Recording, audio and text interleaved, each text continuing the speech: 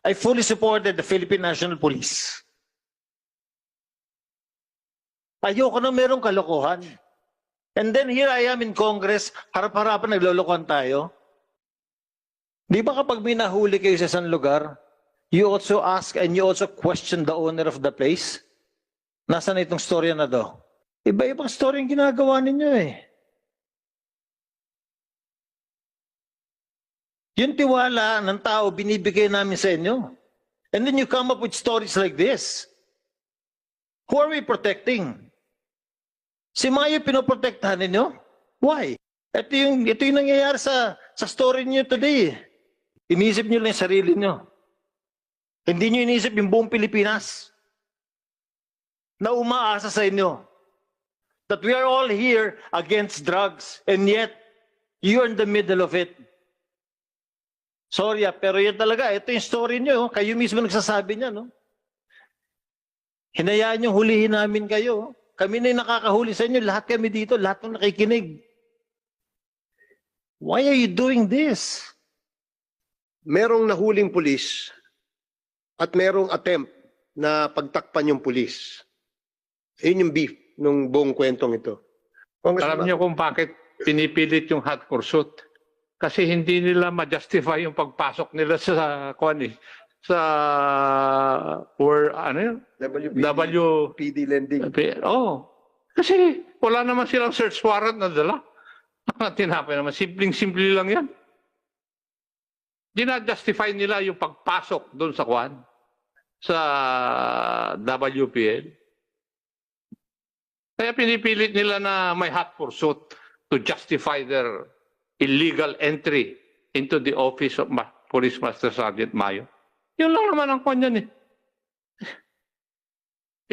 Bulahin nyo na ngayon. Papunta pa lang kayo, pabalik na ako eh. Tapos ganyan ang sasabihin nyo sa akin. Sergeant Mayo was arrested initially Executive session pa tayo. at 11:51. Okay. Yan sinabi niyo. And then, nag-meeting si General Domingo, Colonel Olonan, Lieutenant Colonel Gonzales, at Lieutenant Colonel Ibanez. Nasa isang meeting room kayo. Tinanong ka kanina, Colonel Olonan, sabi mo kasi nga dadalhin sana si Mayo dun sa Pasig dahil para sa'yo mag-pinpoint ng location. Yan ang sabi mo kanina.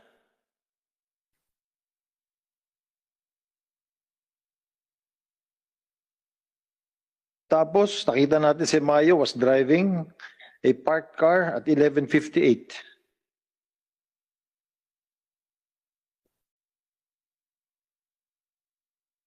Tapos, ginawa niyo pang, ang report naman ni Lieutenant Colonel Ibanez, itong OIC ng SOU-NCR, that Mayo was the arresting officer sa Pasig nun sa hapon. Kayo ni Ibanez at ni Gonzales, magkaaway ba kayo? Magkaaway ba kayo dati o magkaibigan na kayo ngayon? Hindi po kami magkaaway, Your Honor. Po, hindi negative po, Your Honor. Si Ibanez, ang tao mo si Mayo. Yes, Your Honor. Okay.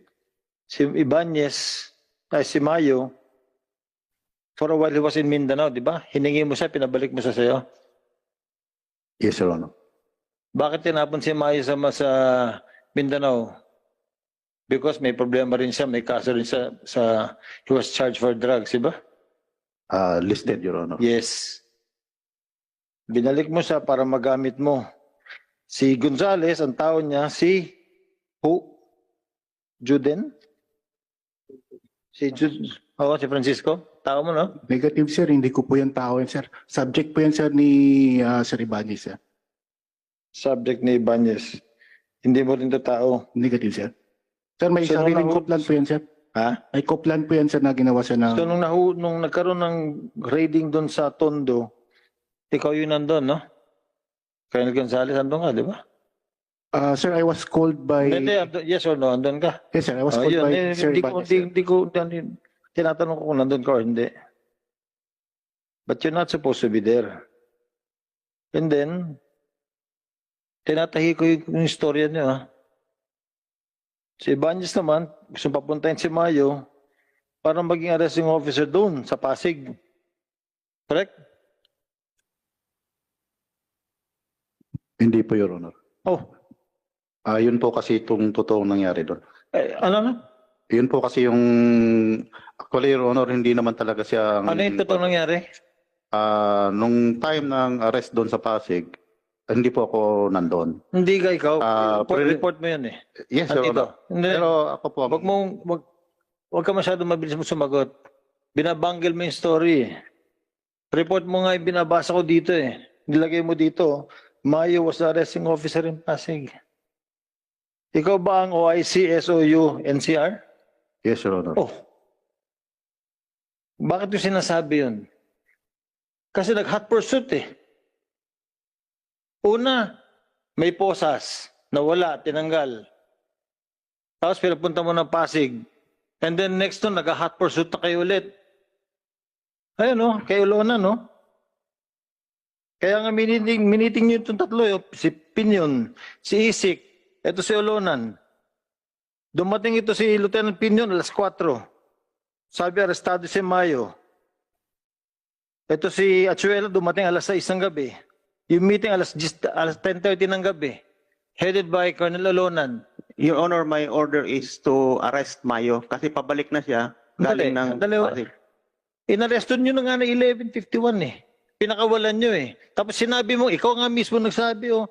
Gusto mo i-rewind natin yung video?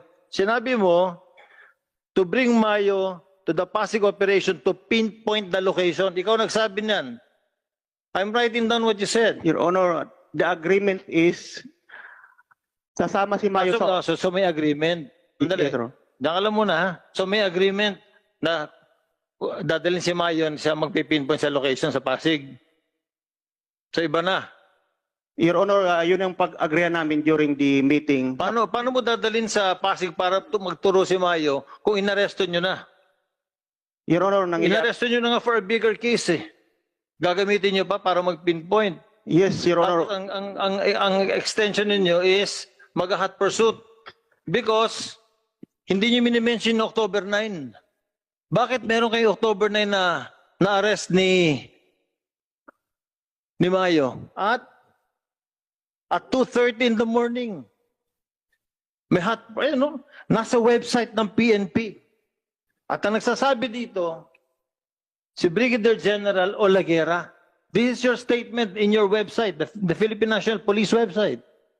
You are saying here, on October 9, 2022, at around 2:30 a.m., operatives of Special Operations Unit 4A, under the supervision of Brigadier General Domingo, etc., etc. Ayan, no? Binabanggal niya yung story. Inabot kayo ng more than almost 24 hours. Yung niluluto ninyo na story, hindi talaga matahi eh. Kasi kayo ng mga polis, alam nyo naman, na kapag kinakabahan na kayo magsalita, kahit sino sa atin, most of the time, totoo yung sinasabi natin. Kaya nga ito lumalabas eh. Hindi nyo magawa ng tama yung storya na gusto nyo lumabas. That is the problem here. Tapos, iba-iba yung mga details coming from this agency.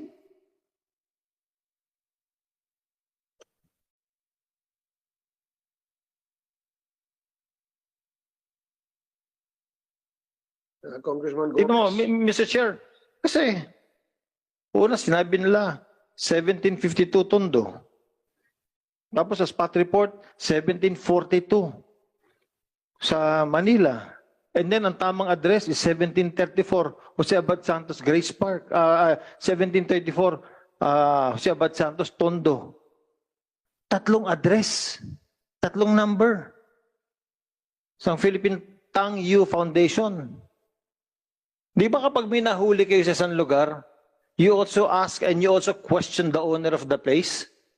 Nasaan na itong storya na do? Sino ang may-ari ng building? Sino may-ari ng lugar?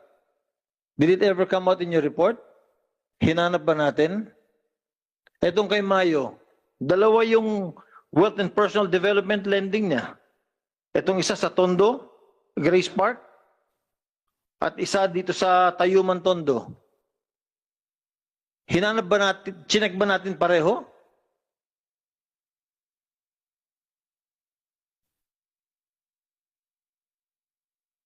Iba-ibang story yung ginagawa ninyo eh. Yung tiwala ng tao, binibigay namin sa inyo. And then you come up with stories like this. Who are we protecting? Si Mayo pinoprotektahan ninyo? Why? Baka magsabi ng totoo. Baka mas maraming alam si Mayo, kaya pinoprotektahan natin, Mayo, ikaw na lang. Kesa madamay pa yung iba. Ito yung nangyayari sa story niyo today.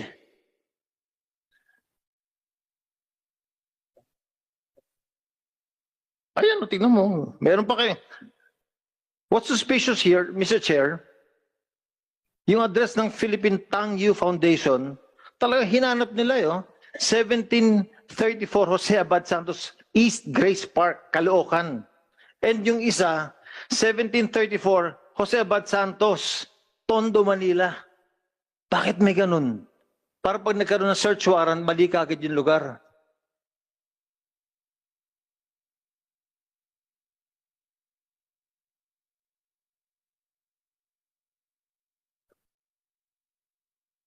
Mr. Chair, I think we'll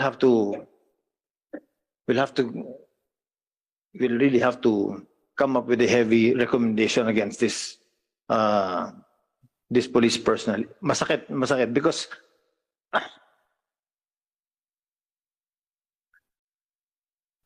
masakit. Kasi ako, when I was mayor, I fully supported the Philippine National Police. Ayoko na merong kalokohan. And then here I am in Congress, harap-harapan naglolokohan tayo.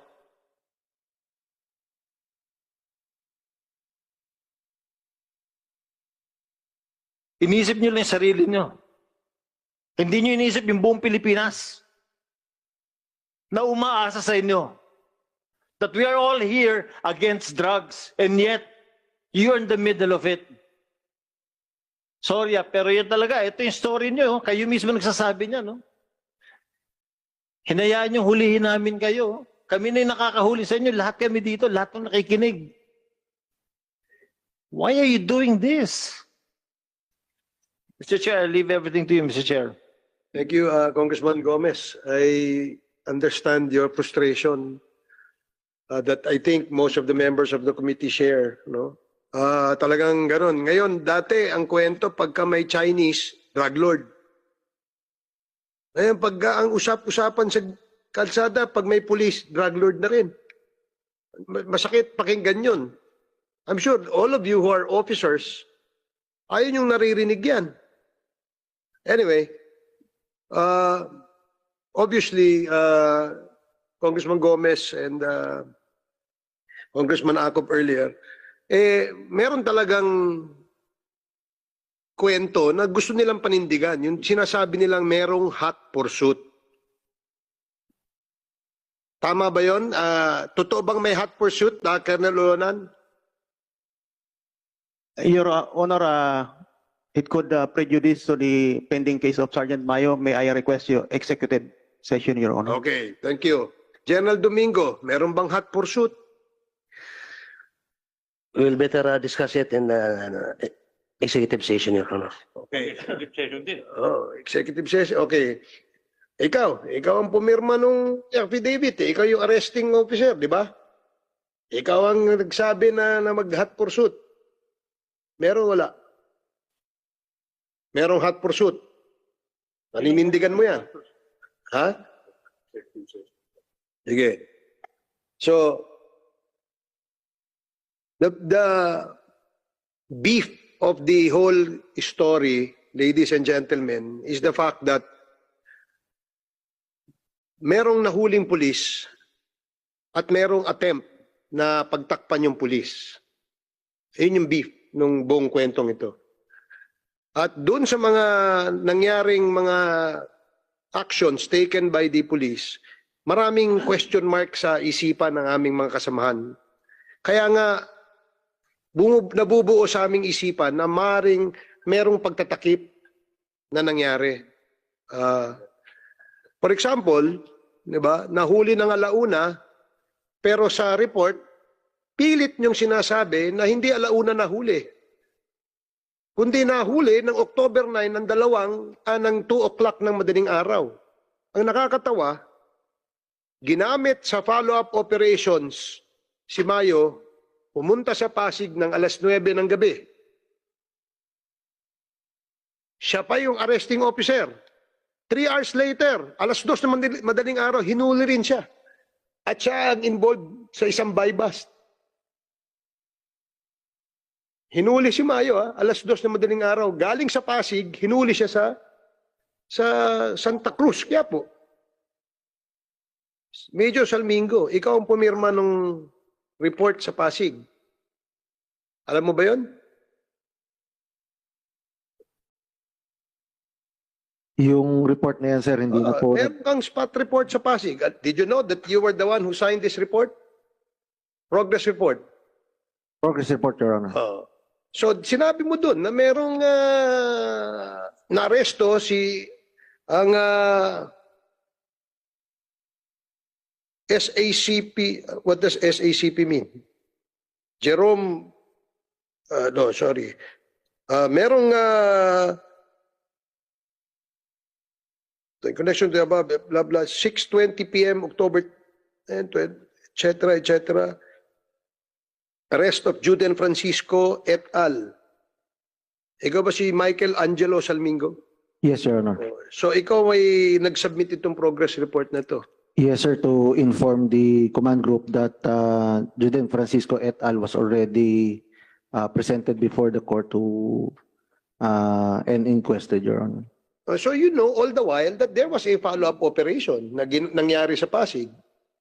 Yung sa report na yan, sir. Anong sa report na hindi? Prior to this report, hindi mo alam na merong follow-up operation. Meron, Your Honor. Alam ko po, Your Honor, pero I was not there, Your Honor. But kanina, I was asking you if you know that there was a follow-up operation sa Pasig. Sabi mo, wala, hindi natuloy, hindi Hindi ka po ako kasama. natuloy sumama, Your Honor. I was supposed to drive Sergeant Mayo towards Pasig, Your Honor. So who drove Sergeant Mayo there? Yung driver po na kasama ko, Your Honor. Sino pa kasama niya? Yun lang, sir. Silang dalawa lang po. So silang dalawa lang magpa-follow-up operation sa isang malaking bodega sa Pasig? No, Your Honor, may mga nauna na pong SOU NCR personnel doon. Would you know? Would you be able to identify sino? Sino yung nauna? The Na team of SOE? Lieutenant Hernadal, Your Honor. So sila yung nauna doon? Yes, Your Honor. Okay. Dito eh. So, in your opinion, merong hot pursuit? Your Honor, after the operation in Pasay, supposed operation in Pasay na hindi na po natuloy because of the instruction to return Mayo to WPD Lending, pagdating ko po sa WPD Lending, I turned over the vehicle and the person of Sergeant Mayo to Colonel Ronan.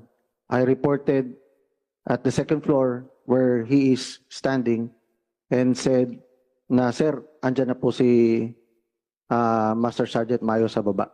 Sinoli mo siya? Yes, Your Honor. Anong oras mo siya sinoli? Around 11:18, yung pag-arrive namin, Your Honor. 11:18, he was at WPD Lending. Yes, sir, from Pasay You City. see? Tapos sinabi, ang report na pinirmahan mo yung affidavit, alas 2 na madaling araw, may hot pursuit. Eh, alas 11 sinoli niya sa WPD. Mr. Chair, alam niyo kung bakit pinipilit yung hot pursuit? Kasi hindi nila ma-justify yung pagpasok nila sa sa ano yun? WPD Lending. Oh. Kasi wala naman silang search warrant na dala. Tinapay naman. Simpleng-simple lang yan.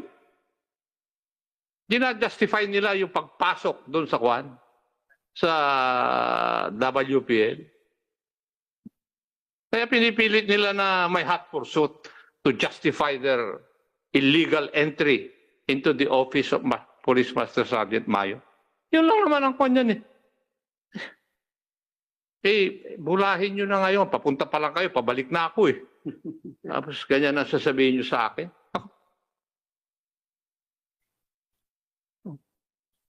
Okay?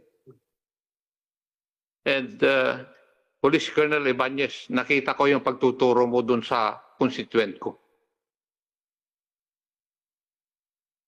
Kaya huwag mong gawin yun. Sorry, Your Honor. Kasi kung magsalita siya, kasama ka sa masasabit. No. To tell you frankly.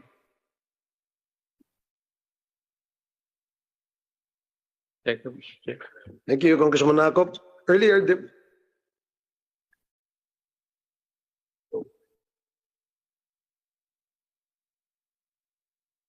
okay,